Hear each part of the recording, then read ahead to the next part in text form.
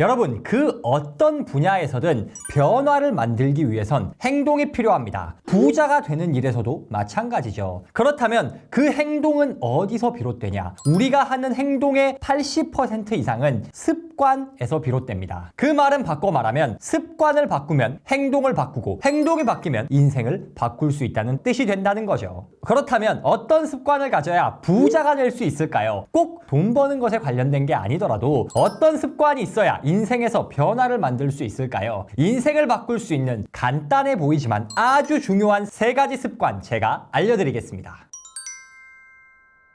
첫 번째, 탑3를 세워라입니다. 탑3가 무슨 말이냐? 매일매일 내가 해야 할 일 중 가장 중요한 3가지 일의 리스트를 뽑으라는 겁니다. 이건 바꿔 말하면 그냥 내가 해야 할 일만 하지 말고 그 중에서도 정말 중요한 일만 하라는 의미가 됩니다. 흔히 직장인들 아니면 학생들도 마찬가지죠. 일을 하든 공부를 하든 그날 내가 해야 할 걸 리스트로는 많은 사람들이 작성합니다. 투두 리스트라고 하죠. 그런데 이 투두 리스트 안 하는 것보다는 정말 좋은데 문제점이 하나 있습니다. 투두 리스트에 적힌 순서대로 일을 하게 된다는 겁니다. 무슨 말이냐? 예를 들어 직장인이 내일 무슨 일 해야지라고 리스트를 쫙 작성을 합니다. 그런데 그 리스트의 상단에는 어떤 일들이 있냐? 그냥 먼저 생각나는 일이 있습니다. 내일 해야 할 일들이 이렇게 많은데 그 중에서 가장 먼저 생각난 일, 예를 들어 그게 방 청소라면 방 청소가 리스트 상단을 차지하고 있다는 거죠. 그리고 대부분 사람들은 그 리스트 순서에 따라 첫 번째 일 클리어,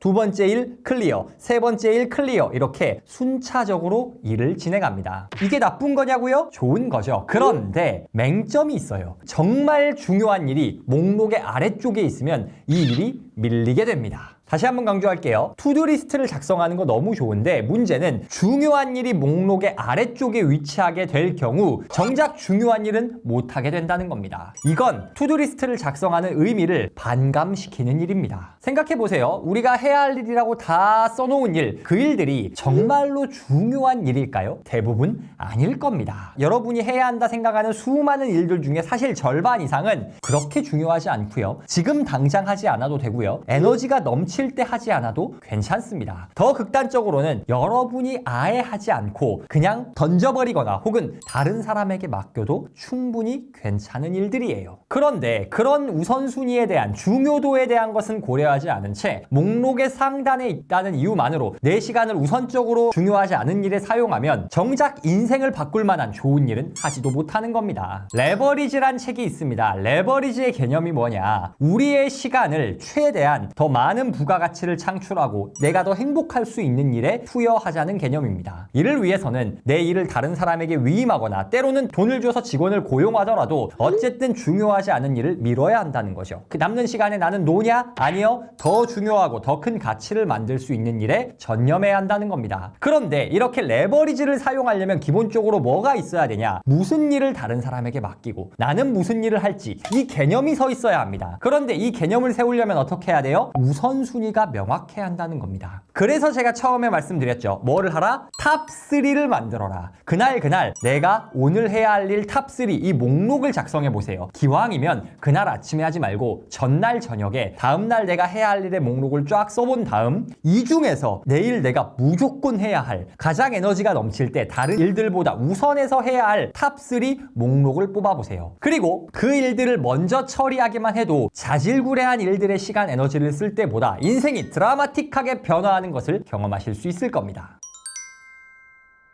인생을 바꾸는 두 번째 습관, 시간 관리하기입니다. 자, 아까 앞서 탑3, 내가 그날 해야 할 가장 중요한 3가지를 뽑으라고 말씀드렸습니다. 그런데 그 3가지를 그냥 써놓기만 하면 실천할까요? 대부분 실천을 잘 못할 겁니다. 왜냐? 그냥 막연하게 내가 이거 해야 돼 라고만 했지 구체적으로 언제 어떻게 할지는 계획하지 않았거든요. 그렇다면 어떻게 해야 하냐? 내가 우선순위를 세웠다면 그 우선순위를 몇 시부터 몇 시까지 처리할지에 대한 시간 계획을 세워야 합니다. 가령 나는 오늘 운동이 우선순위야. 그러면 아침 9시부터 10시까지는 운동, 이렇게 시간표에 미리 넣어야 한다는 겁니다. 이렇게 시간표를 작성해야 하는 이유가 있어요. 자, 탑3 우선순위 3개 선정했습니다. 그런데 이 3가지만 다 해도 훌륭한 하루가 되겠지만 기왕이면 이 탑3 안에 들지 못한 많은 일들도 하면 좋지 않을까요? 혹은 이 탑3가 굉장히 시간이 많이 드는 일이라면은 구체적으로 어느 정도의 시간이 드는지를 파악해야 하지 않을까요? 시간 계획을 세우라는 게 이런 의미에서입니다. 내가 이 탑3를 하는데 이 정도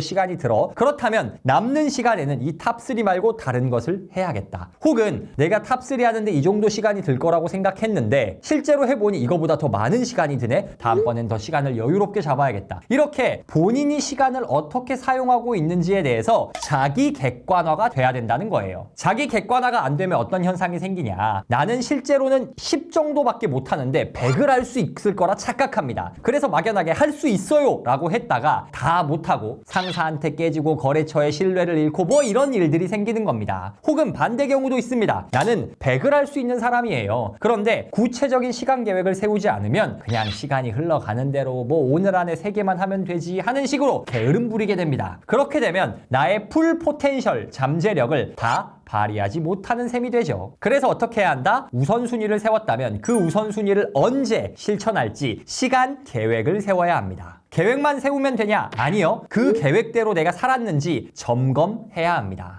성과를 지배하는 바인더의 힘이라는 책이 있습니다. 3P 바인더를 만드신 강규영 대표님이 쓰신 책인데 이 책에서는 시간을 어떻게 관리하라고 제안하냐. 하루의 시간을 어떻게 쓸지를 계획을 세웁니다. 가령 10시부터 12시까지는 이거 해야지 라고 선을 그어서 표시를 합니다. 그 다음 그 계획 옆에는 빨간 펜으로 실제 내가 그 시간에 시간을 어떻게 썼는지를 기록을 합니다. 가령 10시부터 12시 운동하기로 했어. 그런데 실제로 운동이 30분 빨리 끝났네? 그러면 다음번엔 운동 시간을 30분 적게 잡아야겠다. 혹은 다음번엔 운동을 좀 더 열심히 해야겠다. 이런 식으로 내가 실제로 시간을 어떻게 쓰는지를 파악할 수 있다는 거죠. 3P 바인더뿐만 아니라 스터디언에서 판매하는 오로다 다이어리 등 인기 있는 그리고 효율성이 검증된 플래너들은 대부분 이런 방식을 사용합니다. 이런 방식이 뭐다? 시간 계획을 세우고 그 시간 계획대로 내가 살았는지를 점검하는 시간도 따로 만든다는 거죠. 이렇게 우리는 시간을 관리해야 합니다. 시간을 계획하고 그 시간대로 살았는지를 점검해야 합니다. 이렇게 해서 나의 목표, 중요한 일에 인생을 투여할 때 인생에 유의미한 변화를 만들 수 있는 겁니다.